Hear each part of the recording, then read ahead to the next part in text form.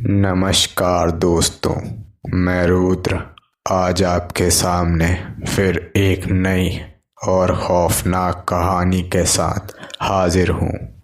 और भाई कैसा है? बढ़िया हूँ भाई, आ बैठ। क्या हुआ भाई, इतना शांत क्यों है? भाई बोर हो गया हूँ छुट्टियों में। तो कहीं बाहर चलें? पर कहाँ यार? ट्रैकिंग पे चलते हैं, कैसा रहेगा? बढ़िया प्लान है। चल फिर पैकिंग कर ले, मैं भी चलता हूँ। भाई तू रेडी है? हाँ भाई चलते हैं।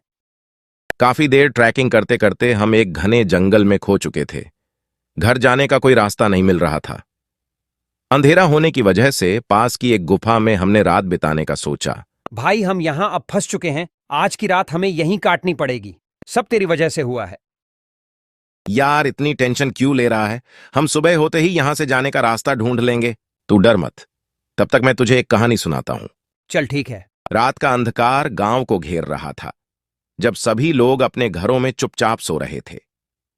गांव में एक पुरानी हवेली थी, जिसकी कहानी बहुत सालों से चर्चा का केंद्र बनी हुई थी। वहां कहते थे कि हवेली में रात्रि के समय आत्माएं घूमती हैं और वहां कुछ अनूठे हादसे हुए हैं। गांव वाले इसे बस एक किस्से की तरह सुनते रहते थे, लेकिन एक रात गांव का एक युवक अर्जुन ने तय किया कि वह इस रहस्यमयी हवेली में जाकर सच्चाई को जानेगा। वह अपने दोस्तों को यह बात बताता है और उन्हें साथ लेकर हवेली की ओर बढ़ता है।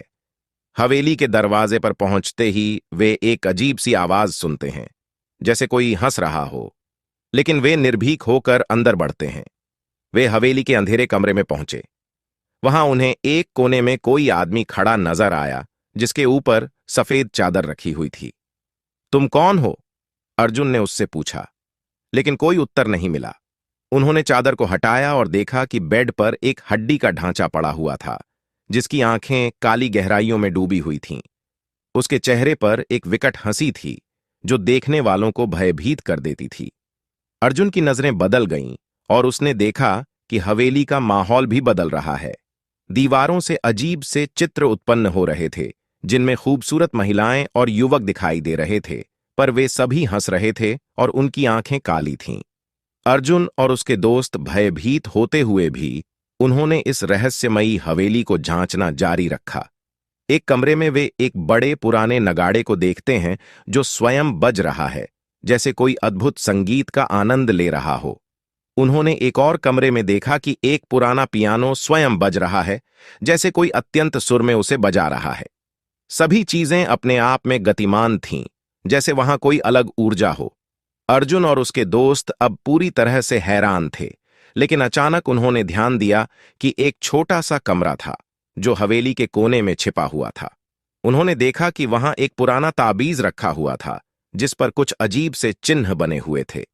अर्जुन ने ताबीज को छूने का निर्णय लिया, और जैसे ही उसने ताबीज को छुआ, हवेली में सभी आवाजें रुक गईं और अचानक सारा माहौल बदल गया। सभी चित्र समाप्त हो गए और वहां का सौंदर्य समाप्त हो गया। अर्जुन और उसके दोस्त घबरा गए, लेकिन तब उन्हें यह समझ आया कि वह ताबीज हवेली का रहस्य था। ताबीज के छूने से हवेली में बसी सभी आत्माएं मुक्त हो गई थीं, और अब यह स्थान पुनः सुंदर और शांत बन गया था। गांव वाले इस घटना के बाद अर्जुन की बहादुरी की सराहना करते हैं और कहते हैं कि जो व्यक्ति निडर है, उसका कोई भी आत्मा कुछ नहीं बिगाड़ सकती। भाई रहने दे, अब डरा क्यों रहा है? चल मैं तुझे दूसरी कहानी सुनाता हूं। ऐसी ही बेहद डरावनी कहानी सुनने के लिए हमारी वीडियो को लाइक करें और हमारे चैनल को सब्सक्राइब करें। धन्यवाद दोस्तों।